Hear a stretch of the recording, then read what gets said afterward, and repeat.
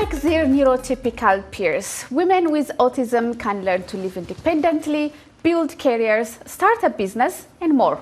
Researchers say women with autistic spectrum condition can be a huge asset to a workplace due to their capacity to solve problems and their direct approach to communication. However, understanding their needs is key to their success. Hello everyone and welcome to Our Voices. I am Morénike Giwa and I'm joined by my co-host Morénike Giwa and Anastasia Tudieshe. Hello. Today we will talk about what success means to an autistic woman. And we are having something blue in our outfit to mark the Autism Month, right? Awareness Month. You succeeded. You succeeded. We tried. Tried. Well, unfortunately, many African children with autism are hidden away and mostly they are not even diagnosed. And I even have talked to mothers who told me that their children are possessed with evil spirit. What is it like in your communities? Same thing. In most of African communities, it's not something that's talked about unless you're talking about somebody being bewitched. But, you know, in adult autism, I don't know much about them because I don't see them in our common environments. You know, adults with autism, it's something that we really don't talk about because we don't see them in our jobs, in our schools and things like that. So, you know, we've known autism in children because of so much resources that's been put in there, in the academia, in the awareness, in the treatment of autism. So the question is, how can we accommodate them in our adult environments? How can we support them? How can we help them thrive by identifying them that they are amongst us, the few that are amongst us. So I'm very interested in some of what you have prepared as the lead host today and seeing, you know, more and learn more and more about it. What is Absolutely, and to add to what Ariane was saying, in your introduction, you know, you were talking about children. It reminded me of when I was still a correspondent for VOA in DRC, in Kinshasa, and I met that nun who used to run a facility, dedicated mental health facility for children. And some of the children were on a very, autistic and on the severe part of the spectrum. Yeah. And she would share with me, her and her team would share with me horrible stories of children being held in captivity in their own homes. They would never see the light of the day. They would be kept in a room, fed in the room, sometimes tied to make sure that they don't leave the room, and also, yes, considered bewitched. Yeah, exactly. I mean, that's the story of many children with autism, and that explains to Oriane's curiosity to why we don't see many of these children as young adults, especially in African society, because these children are hidden away or not given the chance or the resources. But worldwide, you know, we have all these famous people with autism like Albert Einstein or Charles Darwin, or, you know, who use their ability and skills to accomplish, Elon Musk, Bill Gates, even from our current times. And so I guess autism comes in different shades, different spectrums. Exactly, because it's in a spectrum, and people with autism, because they have different levels of severity, and the need they have is also, you know, different. And the success they exhibit also can be different. And this is what we are going to be talking about today. According to the World Health Organization, about 1 in 100 children are diagnosed with autism spectrum disorder around the world. This is an increase from the global report a decade ago, which found that 62 in 10,000 children were autistic. In addition, research, as reported by New York Times, have shown that the proportion of girls diagnosed with autism has grown significantly and more women are diagnosed in adulthood. However, as the number of people diagnosed with autism keeps growing, so does the unemployment rate. According to World Economic Forum, 85% of people with autism in the United States are unemployed. This number goes to 90% in Nigeria. Nevertheless, research indicates that people with autism have high-functioning abilities, and with the right resources and support, their strengths and abilities can be used to achieve success. As the world marks April as Autism Awareness Month, this week's edition of Our Voices will ask why autistic women are overlooked and what success means to them. Well, let's start the discussion by listening to Rosemary Kuru, a Kenyan mother whose son was diagnosed with autism when he was 2 years old. She says as a mother, it was initially difficult for her to find out what was wrong with her child. Let's take a look. Autism is a hidden disability. Sometimes you don't know what is wrong with your child, but you can see something that is not right.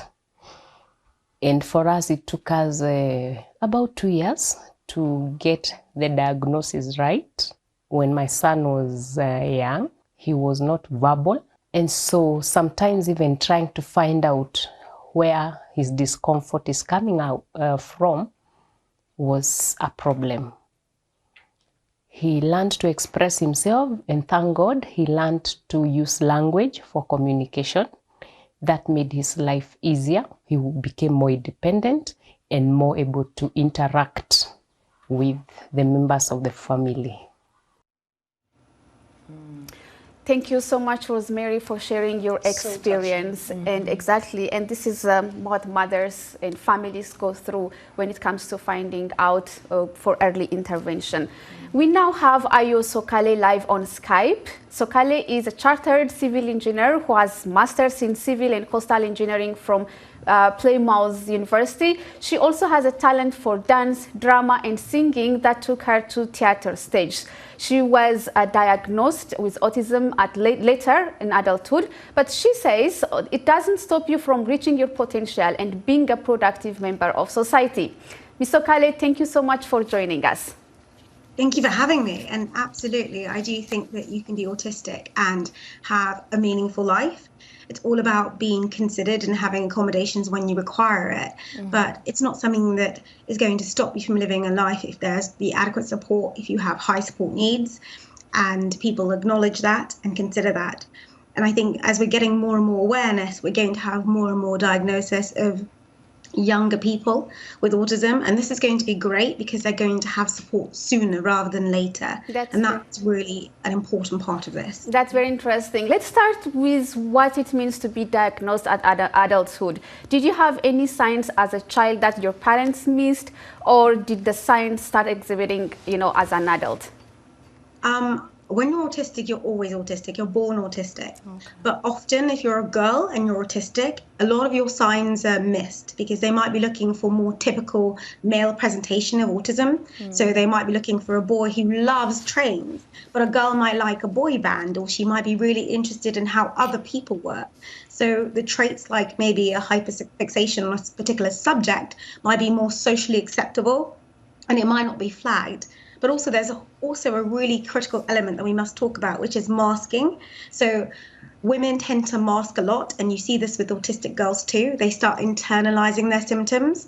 So that might manifest itself instead of as anxiety, or they might say she's very emotional or hysterical when she maybe doesn't like dirt, or she doesn't like certain sensory textures or certain things. But those things get misdiagnosed rather than being pointed at as autism. Do you think maybe that's why we are having more girls diagnosed with autism, because we are discovering them at a later age? Yeah, most definitely. That's exactly it. I think we're getting more girls diagnosed now in their adulthood rather than when they're younger, because they're missing the signs of it because of the internalized traits and masking. And now we're more aware of it. As people get older and they're able to verbalize and explain, we're now being able to pick it up, and they're getting the adequate diagnosis, but also adequate support that comes with it, hopefully. Ayo, I would love to hear about your experience. You are a young woman, you used to be a girl, you have been diagnosed as a young adult. How did it feel? For me, I think it was one of those moments that was both positive and negative, because I kept thinking to myself, imagine if I'd been diagnosed younger and I'd had the support I needed and people really being aware of my needs and catering to them. But then in that moment, I was able to feel, great, I now know why. Because a lot of people, they feel the different, they know something's different about them, but having the word to put to it is quite healing. So to me, it was the start of that journey, saying, okay, I know who I am, but I'm not going to let anything stop me. I'm about to go and do everything I want to do and achieve all the things I want to achieve. You obviously sound like a go-getter. That is very clear. But would you say that this being autistic has been at some point an obstacle to reach your goal? I think I've had to maybe approach things differently. Autism is a communication and social difference, and that means I see and experience the world very differently from other people. And that can be a challenge when people are expecting you to show up like they do in a neurotypical way, which means, like, I guess what they would think the normal way. And that can be challenging. But what I've learned and I've used a lot in my life has been coaching methodologies to try and find out, how do I achieve the goal I want?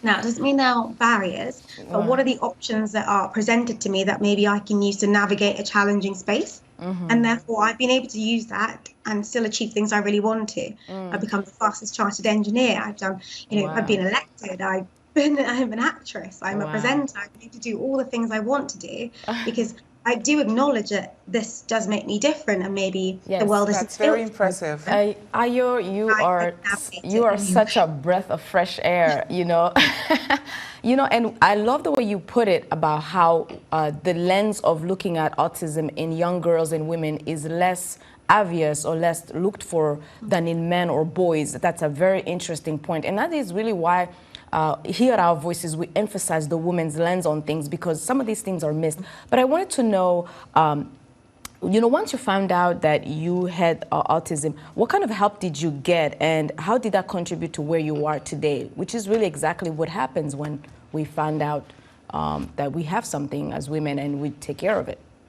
Yeah, I think the key thing is, the one challenge being diagnosed much later in life is that there's less built-in support. If you're diagnosed when you're in education, your teachers will help you. You might get a support aide who helps you.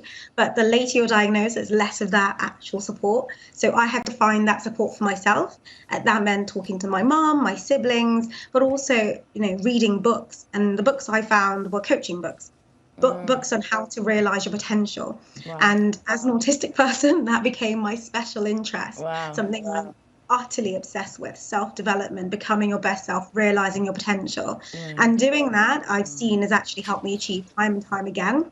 And now I share this with everyone else, because I want everyone to achieve and be their best self, regardless of if they're autistic, if they have any other disabilities. And I talk about coaching, and I've designed a coaching app just Thank you so much, Ayo. And we are very lucky that you agreed to share that with the rest of the world. And I'm so happy for Africa right now. Thank you for sharing your personal experience. We have more questions for you. We will continue our conversation on helping children with autism grow in productive young adults. When we come back, we will continue speaking with you, Ayo. If you just joined the show, Ayo was diagnosed with autism later in her life, but she managed to be successful in STEM. We also love to hear from you. You know that on social platforms. We're on Facebook, Instagram, and X, and our handle is @VOA Africa. Use the hashtag VOA Our Voices. We'll be right back.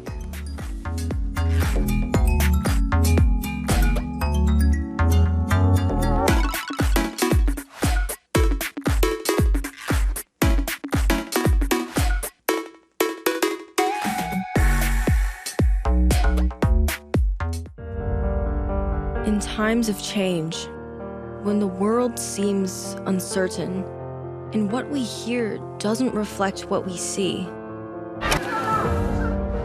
we seek the truth. When we are told only part of the story, we lose trust. In moments of crisis, our dreams, hopes, and wishes for a better tomorrow depends on a free press. At Voice of America, we bring you the stories that people take risks to see. We connect the world and unite it with truth. At Voice of America, we show you the whole picture.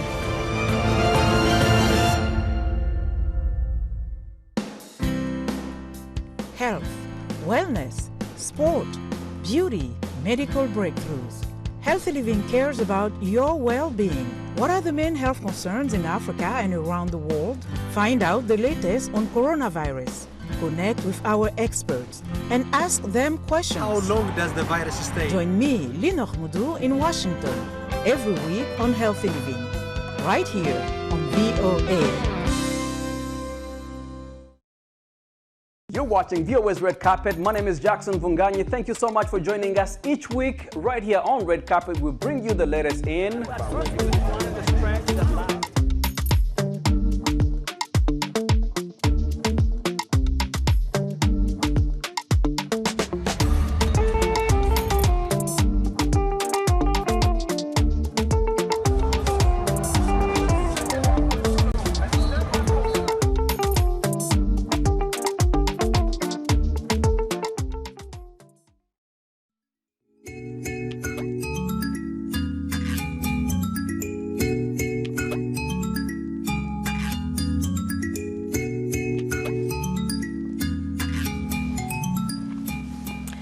Welcome back. You're watching Our Voices, and we're discussing how to combat misconceptions around autism and embrace success.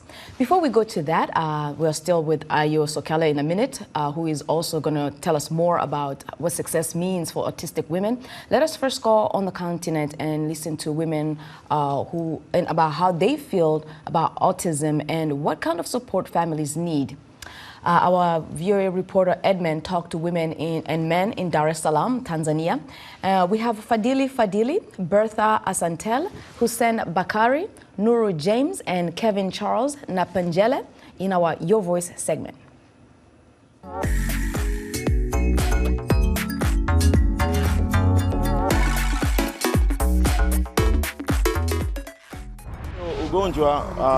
You're born with the disease. After some years, the condition can go down, depending on an individual.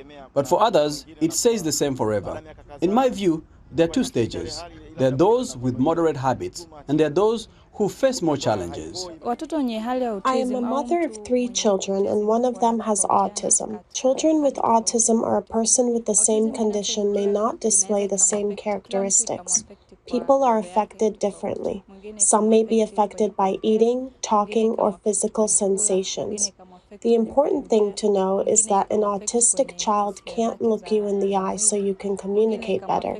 Sometimes the child has to look at another person's lips so he or she can express his needs. What can be done for people with these kind of diseases? I think the government should intervene so that we can get health professionals working with NGOs who will do research to prevent more children being born with these kind of conditions. I'm talking about an experience with my son who has autism. He is 3 years old right now. First, I thought my son is super active because he had a hard time going to sleep. And the doctor said the child is super active. He can't calm down in one place. For example, he opens the fridge, throws pillows off couches, and cries all at the same time. I also noticed that he had difficulty speaking. Autism is a disease that makes one have poor memory, unable to talk, and sometimes fail to make decisions without help. The society should not isolate such people. Society should treat them the same as other healthy children and involve them in the work done within the community. Thank you so much for people of Dar es Salaam for sharing their experience and their thoughts on this topic. Let's go back to Ayo Sokale. She's a chartered civil engineer who has masters in civil and coastal engineering from Plymouth University. She also is a dancer, a singer, a talented artist. Exactly. Well, when we talk about success, let's understand what this success means or what success looks like for, children with autism. Does it vary across the spectrum? I mean, when they say you've met an autistic person, they always say you've met one autistic person because autism manifests itself very differently for each person. So it's important to consider the individual element of it. But one of the things I think it's really important when we talk about success for autistic people is being able to flourish in your own terms, like in your own way. I believe that everyone has strength and something they're good at. And I think autism can be another way of viewing the world. And it's not a negative thing entirely in the way that often it's perceived in other people's misconceptions of it. But we need space to flourish where we're considered and our needs are met. And that's the important thing. That's what can actually lead to real success. So it's just being doing things differently, and having a different outlook to how things work. And I think difference can be so beneficial.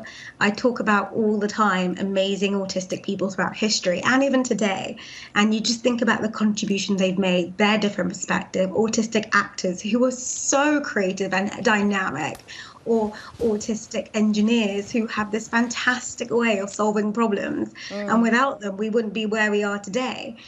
So I think the world would be so much worse off without the autistic contribution. So that in itself, for success for all of society, it actually is about involving us, including us, and allowing us to do things the way we do them. Ayo, you were talking about contribution from autistic people. Your contribution to this show is such a relief, I think, to all who are watching us all over the continent. And before we continue our conversation, let's also hear from Deborah Shebet, an occupational therapist in Kenya, who says occupational therapy is one of the tools to build skills for autistic children. She starts by defining autism. We have defined it as a neurodevelopmental disorder. There is no known cause of autism. And what I can just say is the use of therapeutic activities, the real activities, to engage these children for them to be independent. Yes, that is all I can say from the view of an occupational therapist. So when we say success, when we say that they have abilities, they can contribute, I think employers also come into the picture. So what do you say about inclusiveness in workplace and, giving chance for people with autism, to use their skills and be productive? Absolutely. I think employers have a really huge part to play in this journey of inclusion and including autistic minds. We just have to look at one autistic person in the UK during World War II. It was Alan Turing. He was this great mathematician who solved the Enigma code, and that shortened World War II by 2 years, saving 14 million lives. But when you think about the way he recruited his team, it was so unconventional. And I think when you look at recruitment now, often there are a lot of barriers in the way that wouldn't necessarily suit someone with a communication or social difference. But yet that person could be an Alan Turing. They could be a great engineer. They could be a great mind that could contribute to your organization and make huge difference and strides in innovation. Because there's so much research that says autistic minds are often systemizing minds. So they're the mind of innovators. They're people who see a problem and solve it. Right. And they tend to be fixated. So they're actually going to do the work and get really in a tunnel and want to make it work. So we have to find a way of actually removing barriers to entry for those people to join the workplace. And when they're in the workplace, we have to consider how we can make the workplace more inclusive, be it maybe it's quieter, or they can have, less bright lighting, and so that the sensory elements are considered, but they can still be in the workplace and still contribute. That's great. That's great advocacy. Now, Ayo, I know let's go back to a little bit to the symptoms and how you deal with day-to-day life. One of the things that I saw in the research is that autistic people, they need the time to debrief and really just come from an environment of a lot of stimulation and just debrief, because it's just too much for them. Have you experienced that? Is that some of the things that you go through, that you need, as people with autism, you need the time to just debrief from being around a lot of people, a lot of activities, and a lot of those things? So in terms of day-to-day life, how is it? Yeah, I mean, I love doing lots of different things and lots of different activities, but I have to be aware that I'm autistic, and at the end of the day, I have X amount of capacity to spend a lot of time in high stimuli environments. So I have to be aware of that, and I build in space in my diary. So, for example, yesterday I was traveling to go speak to this incredible organization. But on the way back, the train journey, I was already getting overstimulated. I could feel the seams of my dress, my tights. I could feel the lights were too bright. Everything was discombobulating and uncomfortable. So I knew that I had to take steps to calm down and to give myself the space to decompress. So when I go home, it's a dark room, it's a weighted blanket, it's silence, and giving myself that time.